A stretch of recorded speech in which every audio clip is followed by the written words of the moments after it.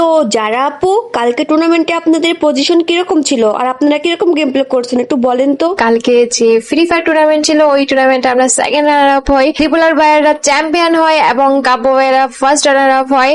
তো অনেকেরই কোয়েশ্চেন ছিল যারা আপু তোমাদের যেমন পারফরমেন্স ছিল, যেমন গেম প্লে ছিল, সবকিছু মিলে তো তোমাদের চ্যাম্পিয়ন হওয়ার কথা ছিল, বাট তোমরা কেন চ্যাম্পিয়ন হতে পারনি, তোমাদের কি ভুল ছিল, এটা নিয়ে অনেকেই আমাকে মেসেজ করছে, অনেকেই জানতে চাইছে। তো ভাবলাম যে এই टॉपिक्स একটা ভিডিयो बनाना जाए। बाय द वे, जिन लोग मेरे को नेपाल से, इंडिया से और पाकिस्तान से सपोर्ट किया था उन लोगों को भी बहुत बहुत शुक्रिया। हम लोग चैंपियन नहीं हो पाया बट टॉप 3 तो हुआ, कुछ गलती की वजह से हम लोग चैंपियन नहीं हो पाया, एंड किस वजह से हम लोग चैंपियन नहीं हो पाया वो मैं इस वीडियो पे क्लियर कर दूंगी, बांग्ला में करूंगी, तो आप लोग थोड़ा सा एडजस्ट कर लेना।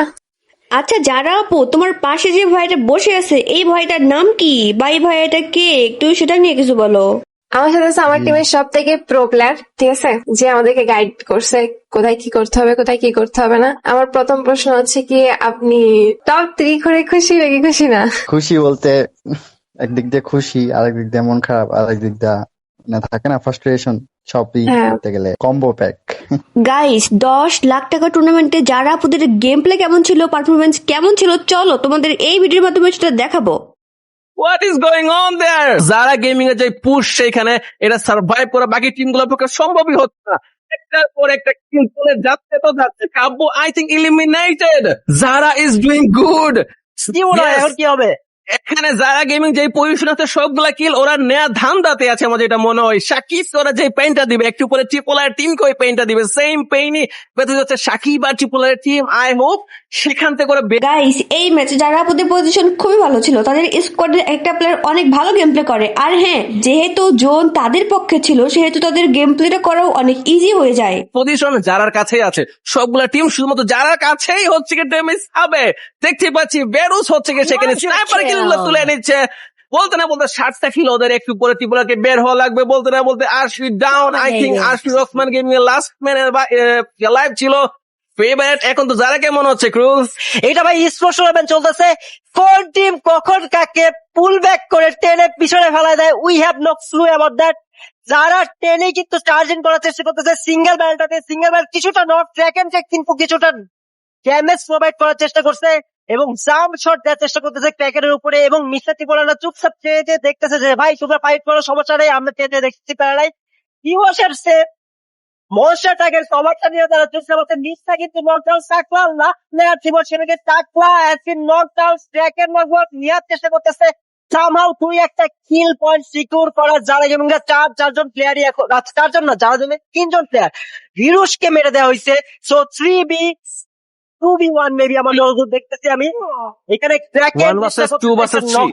ইয়েস ইয়েস সবচেয়ে ম্যান পাওয়ারে হাইয়েস্ট যারা গেমিং। আই হোপ যারা গেমিং এখানে টুর্নামেন্ট নিচে পাবে, অ্যাডভান্টেজ নিতে পারবে। And last man alive from Roxman. Yeah, there we go. We got our first winner. Zara Gaming. What a prediction. June prediction Zara Gaming best ছিল বয়স আমি কাজে যাচ্ছিল এখানে। And বেরোস স্নাইপারের যে কিল গুলো উপর থেকে বের করছে সেটা দেখার মতো ছিল। টেনি Zara Gaming বেস্ট একজন প্লেয়ার। I hope ওরা এখন খুবই এক্সাইটেড Zara Gaming টিম।